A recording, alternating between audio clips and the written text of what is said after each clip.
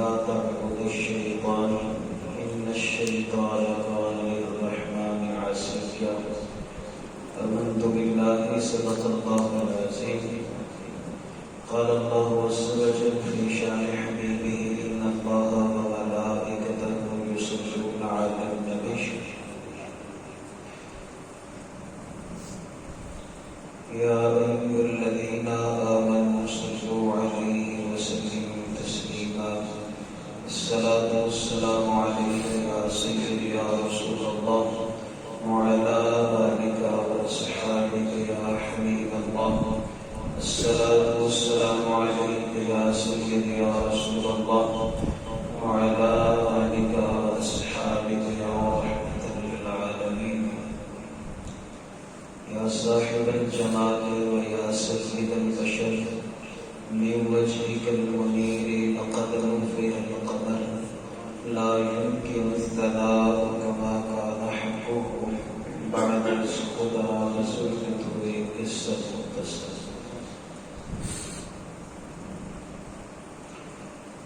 صلاة کے بعد اللہ رب العزت کا لاکھ شکر ہے کہ جس نے ہمیں اشرف المخلوقات پیدا فرمایا اور اس کے ساتھ ساتھ اپنے محبوب کریم علیہ السلام کا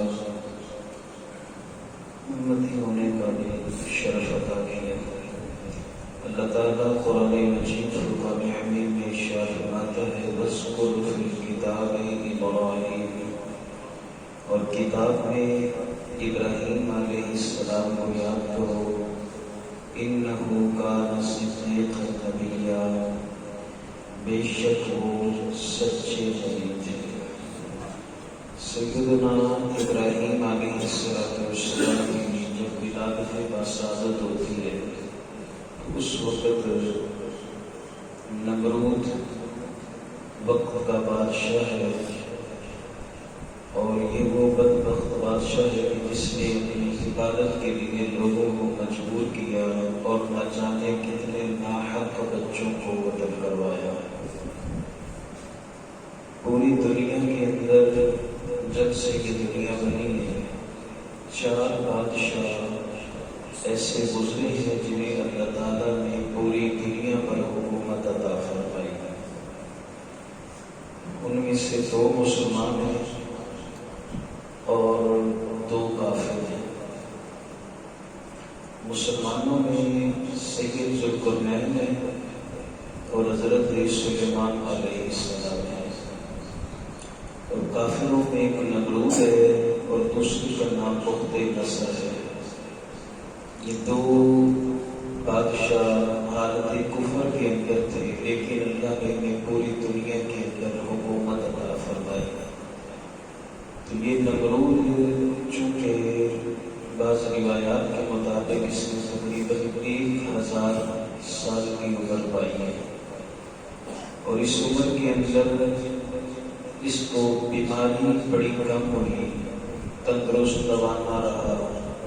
اس نے سمجھا کہ میں خدا ہوں مجھے کوئی چھوڑ نہیں سکتا اور دور دراز علاقوں میں اپنی ہم شکل بت بنوا کے صنم خانوں میں رکھے کہ میری عبادت کی جائے. اللہ رب العزت نے جب نمرود کی حکومت کا تختہ الٹنا چاہا تو حضرت سیدنا ابراہیم علیہ السلام کو پیدا فرمایا. یہاں پر ایک بات ہے بڑی قابل توجہ ہے.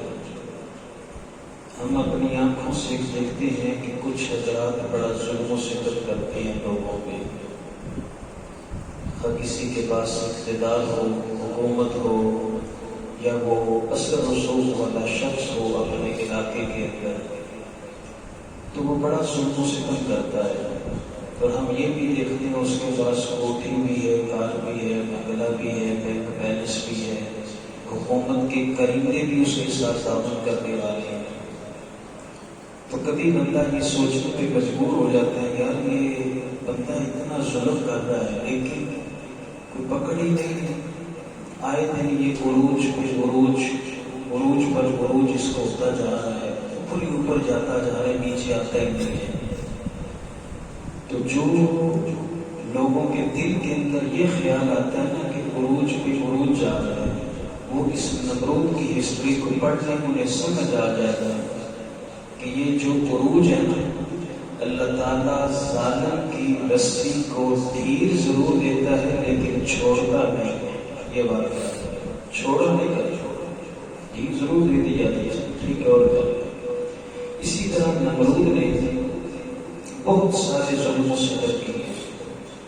زندہ بچوں کو اس نے قتل کروایا، جو اس کے دربار کے اندر آتا اس کے سامنے سجدہ ریز نہ ہوتا اس کا سر قلم کروا دیتا، اور اس نے بڑا ظلم و ستم کیا تھا۔ ابراہیم علیہ السلام کی جب ولادت باسعادت کا وقت قریب آیا تو آپ کی والدہ اپنی آبادی جو گاؤں ہے وہاں سے کچھ فاصلے پر جنگل میں ایک غار کے اندر آپ تشریف لے گئے، کیونکہ یہ پابندی لگی ہوئی تھی کہ اگر بچہ کسی کے یہاں پیدا ہوا تو اسے قتل کر دیا جائے گا، بچی پیدا ہوئی تو اس کو رکھ لیا جائے گا۔ تو وہاں پر آپ کی ولادت ہوئی۔ آپ کی والدہ ماجدہ روزانہ جاتی اور جا کر ابراہیم علیہ السلام کو دودھ پلا لیتی اور پھر واپس تشریف لے آتی۔ جتنا عام بچہ 1 سال میں بڑا ہوتا ہے، ابراہیم علیہ السلام 1 مہینے میں اتنے بڑے ہو گئے۔ اللہ کی شان ہے، اور اس کی وہ کیا کہتے ہیں قدرت کاملہ کا کیا کہنا۔ یہ اسباب کے میں اور آپ محتاج ہیں، اللہ پاک تو جس سے چاہے جو کرواے وہ کروا دیتا ہے۔ دیکھیں نا، یہ تو نمرود ہے نا، اگر موسیٰ علیہ السلام کا تذکرہ پڑھے تو فرعون نے 12,000 بنی اسرائیل کے بچے شہید کروائے۔ کہ بچہ پیدا ہو گیا، وہ خواب اس نے دیکھا گا، وہ بھی حکومت کا تختہ الٹ دے گا۔ ادھر موسیٰ علیہ السلام کی پیدائش ہوتی ہے، ماں کو طرف اللہ القاء فرماتا ہے۔ پڑھے نا یہ 16واں پارہ تو پتہ چلے آپ کو، بعض الفاظ میں لکھا کہ ولادت ہوئی، والدہ ماجدہ کی طرف القاء ہوا، اے بچے کو صندوق میں بند کرو، دریا کے اندر بہا دو۔ کس ماں کا یہ دل چاہتا ہے کہ بچہ پیدا ہو اور دریا کے اندر اس کو بہا دو؟ لیکن جب اللہ کی طرف سے مرضی آتی ہے، اس کا حکم آتا ہے تو بہا دیا۔ صندوق دریا میں ڈوب جاتے ہیں لیکن اللہ ڈوبنے نہیں دیتا۔ پھر صندوق اس نہر میں داخل ہوتا ہے جو فرعون کے محل میں جاتی ہے۔ وہاں سے موسیٰ علیہ السلام کو فرعون کی بیوی آسیہ پکڑتی ہے، ادھر سے فرعون بھی آ جاتا ہے، بچہ بڑا اس کو قتل کرو، اس کا نام ہمارے یہاں اولاد کوئی نہیں ہے، چلو اس بچے کو اپنا بیٹا بنا لیتے ہیں۔ اس کریم کا کیا کہنا ہے، جس بچے کو قتل کروانے کے لیے 12,000 بچے قتل کر دیے گئے، اسی بچے کی پرورش اللہ فرعون کے گھر میں کروا رہا ہے۔ اسی کے گھر میں آپ بڑے ہو رہے ہیں، تفصیل پڑھے تو اس کی داڑھی پکڑ کے آپ نے تمانچہ نکالا اور بھی کافی کچھ پوچھا۔ تو حضرت ابراہیم علیہ السلام 1 مہینے میں اتنے بڑے ہوتے ہیں جتنا عام بچہ 1 سال میں بڑا ہوتا ہے۔ جب آپ کی عمر 13 سال یا 14 سال کے قریب اور بعض روایات کے مطابق 17 سال کے قریب ہوئی تو آپ کی والدہ ماجدہ ایک دن آپ کے پاس جاتی ہیں نا کھانا وغیرہ دے کر، پوچھا، میں نے ایک بات بتائی تھی، میں کیا بیٹا، یہ بتائیے کہ میرا رب کون ہے؟ اس سے مراد اس کا معنوی معنی تھا کہ پالنے والا کون ہے؟ بیٹا تجھے پالنے والی میں ہوں۔ اچھا آپ کو پالنے والا کون ہے؟ پھر خامد، میرا جو خامد ہے تمہارا باپ ہے، طارق اس کا نام ہے، وہ ہماری پرورش کرنے اخراجات وہ برداشت کرتے ہیں۔ تو کہا کہ ان کا پالنے والا کون ہے؟ تو آپ کی والدہ خاموش ہو کے اس کا جواب نہیں دیا، واپس گھر آتی کہ اپنے شوہر طارق سے کہتی ہے، جس بچے نے نمرود کا تختہ پلٹنا ہے نا وہ ہمارا بچہ ہی بنتا ہے۔ آج تک کسی نے یہ سوال نہیں کیا مجھ سے جو سوال میرے بچے نے مجھ سے کیا۔ تو آپ جب وہاں سے غار سے باہر تشریف لاتے ہیں تو اپنے چچا آزر کو بت بناتے ہوئے دیکھا، جب بت بناتے ہوئے دیکھا تو آپ اس کے پاس آئے اور آتے ہی ارشاد فرمایا اذ قال لأبیہ یا ابت، ابراہیم علیہ السلام نے اپنے باپ سے کہا، اس باپ کا معنی چچا ہے، کیونکہ باپ قرآن پاک کے اندر لفظ اب چچا پر بھی بولا جاتا ہے، دادا پر بھی بولا جاتا ہے، اور اگر آپ کے والد کو بت گھر یا نعوذ باللہ کافر مان لیا جائے تو میرے محبوب کی حدیث پاک ہے، فرمایا میں اپنے باپ آدم سے لے کر اپنے والد عبداللہ تک، اماں حوا سے لے کر سیدہ آمنہ تک پاک رحموں اور پاک پشتوں سے ہوتا ہوا آیا ہوں، میرے ماں باپ میں سے کسی نے زنا نہیں کیا۔ حضور اسلام نے پاک نسل، علماء نے یہ ساتھی سے بھی ساتھ دیا نا، دیہات والے لوگ ہیں نا، جانور رکھے ہیں، دودھ ہوتے ہیں، دودھ چوندے اس کے رات کو برتن دھو کے بھی رکھا ہو، تو جب صبح کو دودھ دھونا ہوتا ہے تو اس وقت ماں یا باپ کہتے ہیں بیٹا یا بیٹی دودھ دھونے لگی ہے، تو وہ کہتی ہیں پترا اے خدا کا نور ہونا برتن وہ دھو نہیں، کیونکہ تھوڑی جی بچ گڑبڑ ہوئی تو دودھ خراب ہو جائے گا۔ ہم نے دودھ برتن میں ڈالنا ہو تو اس کو 2 مرتبہ دھوتے ہیں، تو جس پیٹ کے اندر میرے رب نے اپنے محبوب کا نور رکھا ہو اس کا اہتمام اللہ نے کتنا کیا ہوگا۔ فرمایا میرے چچا لما تعبدون ما لا يسمع ولا يبصر، تو اس کی عبادت کرتا ہے نہ جو دیکھ سکتے ہیں نہ سن سکتے ہیں، ولا یغنی عنک شیئا، اور تیرے کوئی کام نہیں آ سکتا۔ اس سے یہ پتہ چلا کہ انسان کو سب سے پہلے جو تبلیغ ہوتی ہے نا وہ اپنے رشتہ داروں سے شروع ہوتی ہے کہ بھئی آپ یہ کام نہ کریں، اور انبیاء علیہ السلام کا یہ جملہ امتیاز رہا۔ خیر چچا نے ایک دن ایسا کیا کہ بت بنا کے دیا، اپنے بیٹوں کو بھی دیتا تھا، ابراہیم نے دے رہا ہوتا، ہاں چاچا کیا بات ہے، میں بڑا سونا ہے کہ خدا بنایا بت بنایا، تم ایسے کو اسے جاؤ ذرا فروخت کر کے آؤ، چنگے پیسے ہیں جو بیچ کے آئے۔ ابراہیم علیہ السلام وہاں سے نکلے، بت کے گلے میں رسی ڈال دی، اس جیتتے ہوئے لے جا رہے ہیں۔ کوئی ہے کوئی ایسا جو اسے خریدے جو کسی کام کا نہیں، کون خریدے؟ وہ تو آپ کے جو چچا زاد ہیں وہ پہلے جاتے تعریفیں کرتے ہیں، وہ تو بڑا خوبصورت ہے، یہ بھی کام کرے گا، یہ بھی کام کرے گا، یہ بھی کام کرے گا۔ ابراہیم علیہ السلام جب لے جا رہے تھے تو آگے مائی کا باہر بیٹھی ہوئی بڑھیا مائی رو رہی تھی، تجھے کیا ہوا؟ وہ بیٹا رات چور آئے میرا خدا اٹھا کر لے گئے، میں نے اتنا مہنگا خریدا تھا، اب میرے پاس کوئی اتنے پیسے نہیں کہ تیرا چچا بیچتا ہے، تو کچھ سفارش کرے تو مجھے دے دینا۔ میں فرمایا ہاں ہے ہی نہیں، کچھ بھی نہیں کر سکتا۔ وہ کیسے؟ فرمایا جڑا کرے رکھے سی جو خود کو نہیں بچا سکا تجھے کیا بچائے گا؟ کیا بچائے گا تجھے؟ ابراہیم یہ تو ہے، جتنا بھی مہنگا لے لو اس کو بڑی حفاظت کرنی پڑے گی، نہیں تو وہ اٹھا کے لے جائے گا۔ تو میں اماں نے تجھے ایسے خدا کا پتہ بتاؤں جس کی حفاظت نہیں کرنی پڑتی وہ خود اپنے بندوں کی حفاظت کرتا ہے۔ تجھے بھوک لگے تو کھانا کھلائے گا، تجھے پیاس لگے تو وہ پانی پلائے گا، تجھے کوئی مشکل آ جائے تو وہ تیری مشکل دور کرے گا۔ مائی بڑی پتہ کہ ساتھے میں جانتا وہ کہنے لگی ابراہیم وہ تو پھر چنگے روپیہ نہیں لگتا ہونا، بڑے پیسوں سے ملے گا وہ۔ آپ نے ارشاد فرمایا وہ پیسوں سے بھی نہیں ملتا، بالکل فری ہے۔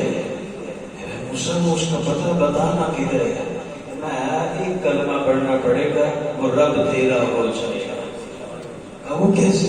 پڑھو لا الہ الا اللہ ابراہیم خلیل اللہ، سن کر یہ پڑھ لوں تو وہ خدا مجھے مل جائے گا۔ فرمایا اس بات کی ضمانت ابراہیم خلیل اللہ نے دی ہے۔ اس کو کلمہ پڑھا کے جو ہے نا وہ آپ نے مسلمان کر دیا۔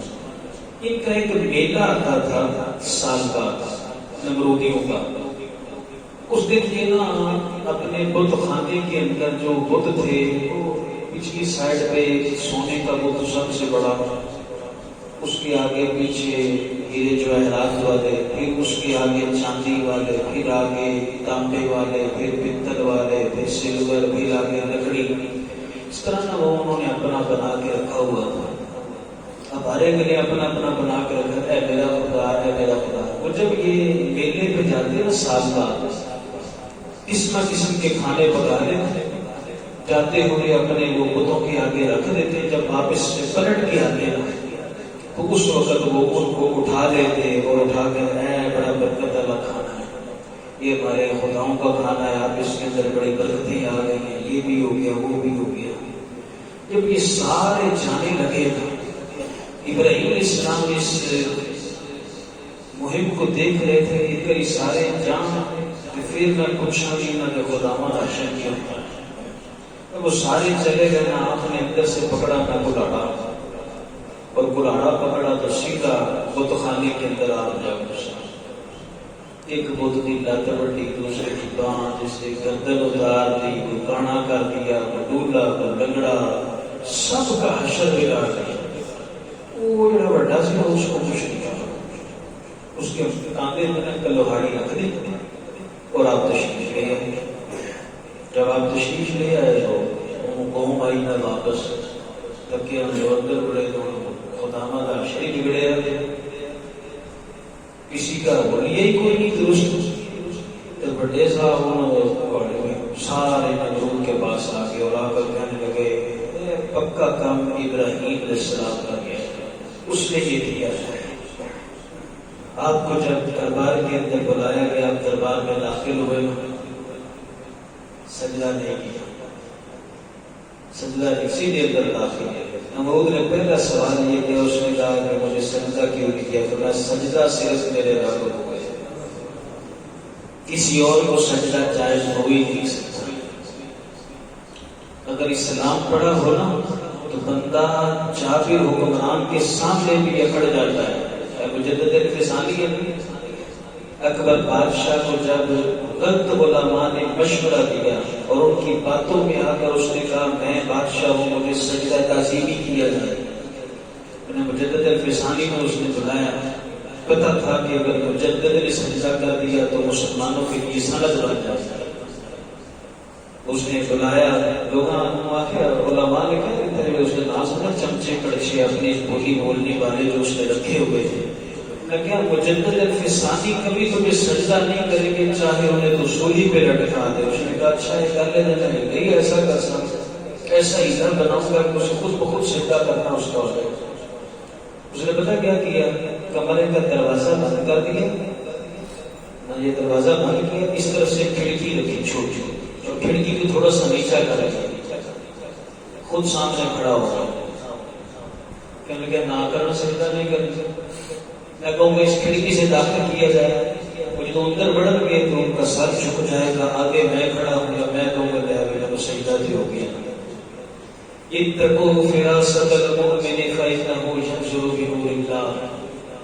میرے محبوب کریم اسلام نے ارشاد فرمایا مومن کی نظر سے بچو، وہ اللہ کے نور سے دیکھا جاتا ہے. یہ ہر ایک کو تو یہ نصیب نہیں ہوتا. تقوی پرہیزگاری ہو تو پھر اللہ تعالیٰ انکار ڈال دیتا ہے، اے تیرے نالوں ہو لگے.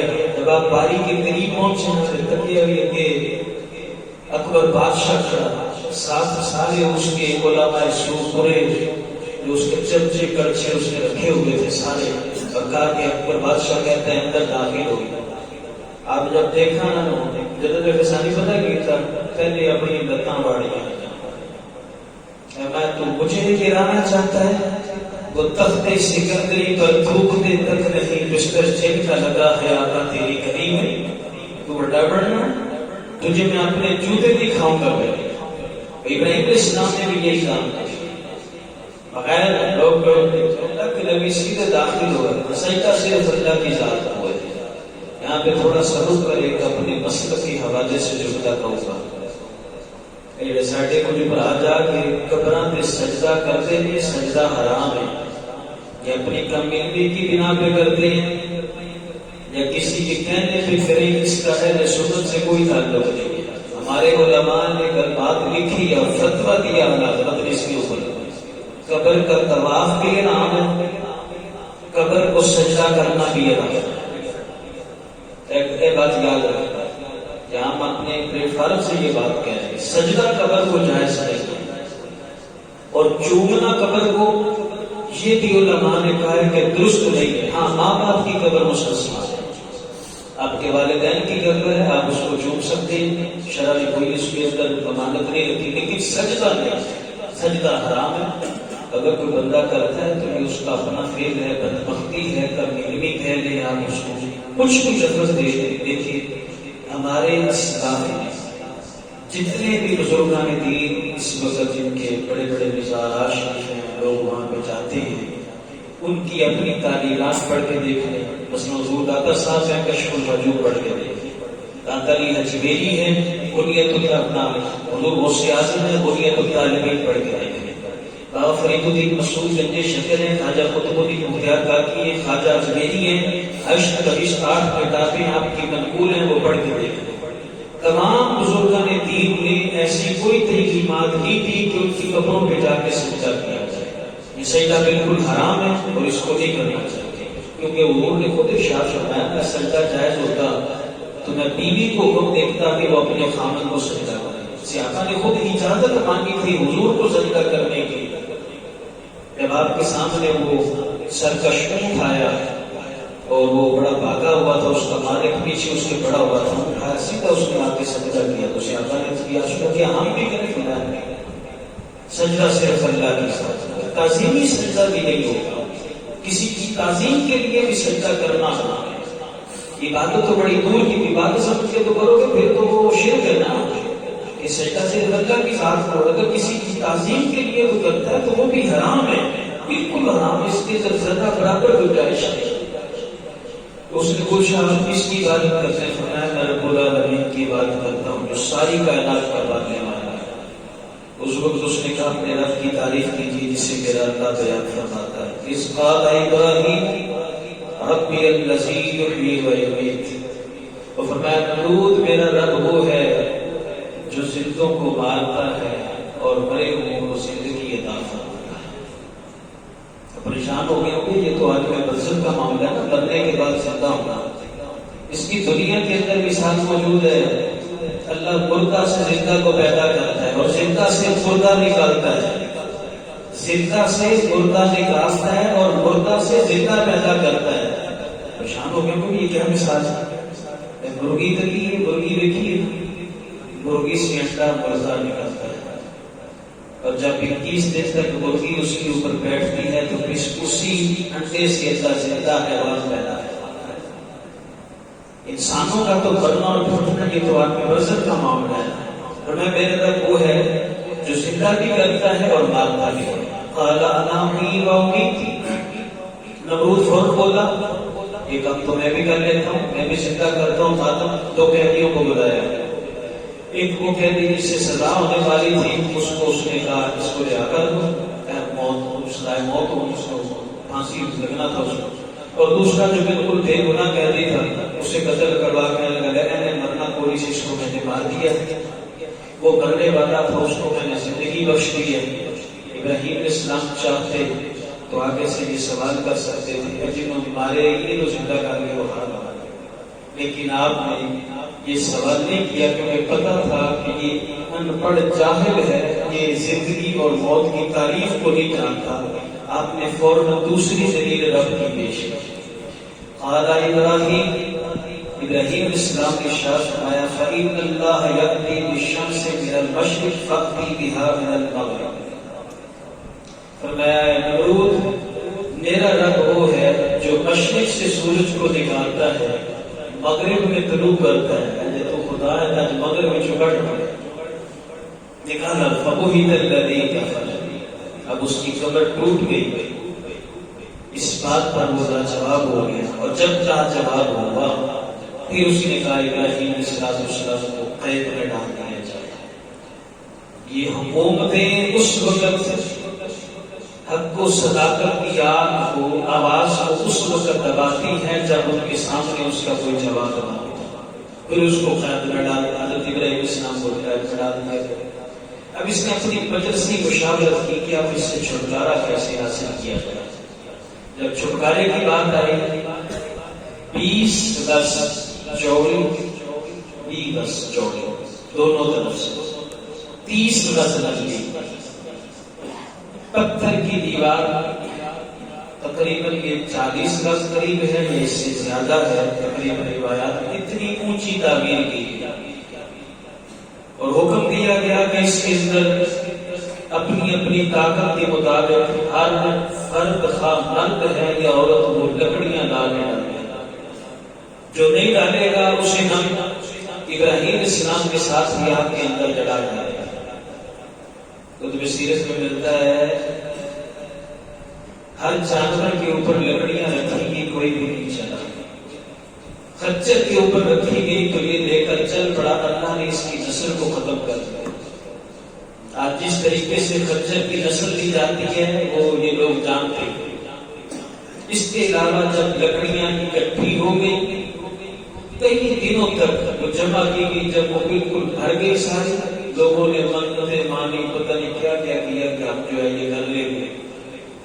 جب یہ لکڑیاں اکٹھی ہوگی تو اس وقت جلانے کی باری آتی ہے۔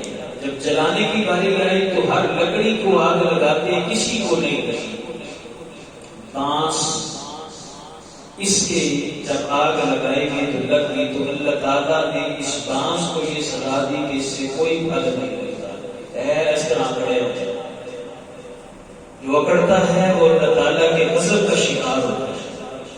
اب آگ تو لگ جاتی ہے اور جب آگ لگ گئی تو اس کے شعلے بابل میں جلائی گئی تھی، ان کے شام میں اس کے شعلے نظر آتے تھے، کوئی اوپر سے پرندہ گزرتا تھا تو وہ جل بھن کر کباب بن کر آگ کے اندر گر جاتا۔ چھپکلی پتا چھپکلی یہ بھی وہاں پہ موجود تھی، انہیں جی پھونک نہ کچھ بڑھنا دینے سے، لیکن یہ پھونکے مار رہی تھی آگ اور بڑھ گئی۔ تو جسے بات میں آتا ہے جس نے اس کو مارا گویا اس نے کافر کو بدلا۔ ایک روایت میں جس نے چھپکلی کو مارا اس کو 100 نیکیاں اللہ پاک عطا فرماتا ہے۔ جو نبی کا دشمن بن جائے نا اس کو مارنا بھی ثواب ہوتا ہے۔ اے بلبل بلبل پرندہ چھوٹا سا ہے، سوکھا گردن ہوتی ہے، چھوٹا سا پرندہ بلبل، آگ کو جل گئی، ابراہیم السلام جو ڈالے گئے وہ اوپر سے آ گیا۔ روایت میں ہے کہ یہ چونچ میں پانی لا کر لگاتا ہے، جو پانی بالکل نہ اس نے کیا آگ بجھی، لیکن جب وہ نہ بجھی تو خود اس کے اندر گر گیا۔ اللہ پاک نے اسے زندہ بنا فرمایا تو نے ایسا کیوں کیا کہ اللہ پاک تیرے نبی کو ڈالا جا رہا ہے، میں بچا تو نہیں سکتا لیکن ان کی ابتدا میں جا تو سکتا ہوں، اور میں مانگ کیا مانگتا ہے اللہ پاک تورات زبور انجیل کے اندر تیرے کچھ نام ہیں جو 400 کے قریب ہیں، لیکن کچھ نام ایسے ہیں جو ان کے اندر موجود نہیں، ان کی تعداد 4000 ہے۔ یا اللہ اگر تو وہ نام مجھے یاد کرا دے تو میں جب بھی بولوں تیرے ناموں کی تسبیح پڑھتا ہوں۔ اللہ پاک نے اس کو 4000 نام یاد کروا دیے۔ اب جب یہ باتوں کے اندر چہچہاتی ہے تو یہ رب کے کو 4000 نام بول رہی ہوتی۔ اب ابراہیم علیہ السلام کو مجریب کے اندر لگی آگ کے قریب لایا گیا، اور جب آگ کے قریب لا کر آپ کو پھر وہ جب مجریب سے پھینکا گیا اس وقت جبریل اسلام حاضر ہوئے۔ اللہ کی حاجت کوئی حاجت ہے فرمایا ہے مگر تجھ سے نہیں ہے، اور جبریل اسلام کہتے ہیں پھر جس سے ہے اسے پوچھتے کیوں نہیں، فرمایا وہ دیکھ رہا ہے بتانے کی ضرورت نہیں۔ جب آگ کے قریب لایا گیا اس وقت حکم ہوتا ہے قلنا یا نار کونی بردا وسلاما علی ابراہیم، اے آگ ابراہیم علیہ السلام پر سلامتی والی اور ٹھنڈی ہو جائے، آگ بات۔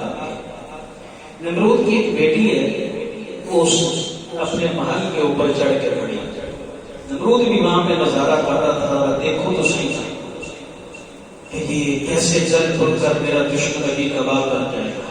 جب دیکھا کہ آپ جب آگ کے اندر جاتے ہیں وہ کوئلے پھول بن جاتے ہیں، وہیں سے تخت لایا جاتا ہے، ابراہیم علیہ السلام کو اس کے اوپر بٹھایا جاتا ہے، اور آپ کے دائیں بائیں ہوروں غلمان پنکھی آپ کو جو ہے وہ ڈھالا جا رہا ہے، پنکھوں کی ہوا دی جا رہی ہے۔ اس نے جب اوپر سے یہ منظر دیکھا نمرود کی بیٹی نے، اس نے وہاں سے آواز دی ابراہیم، کیا بات ہے یہ آگ باغ کیسے بنی؟ فرمایا جو رب کو مان لے اللہ اسے آگ سے بھی بچا دیتا ہے۔ اچھا اگر ایسی بات ہے تو یہ میں اگر آپ کے رب پہ ایمان لے آؤں تو کیا یہ معاملہ میرے ساتھ بھی ہوگا؟ فرمایا میرا رب بڑا رحیم ہے، بڑا کریم ہے، کوئی اس کو مان کر دیکھے تو صحیح۔ اس نے کہا چلے یہ تو مان لیا، اب باپ میرا پاس ہے، میں نیچے سے جاؤں گی تو یہ جانے نہیں دے گا، دیوار بھی بڑی اونچی ہے، تو یہ باقی انشاءاللہ اللہ پاک ہمیں دین سمجھنے اور اس پہ عمل کی توفیق عطا فرمائے۔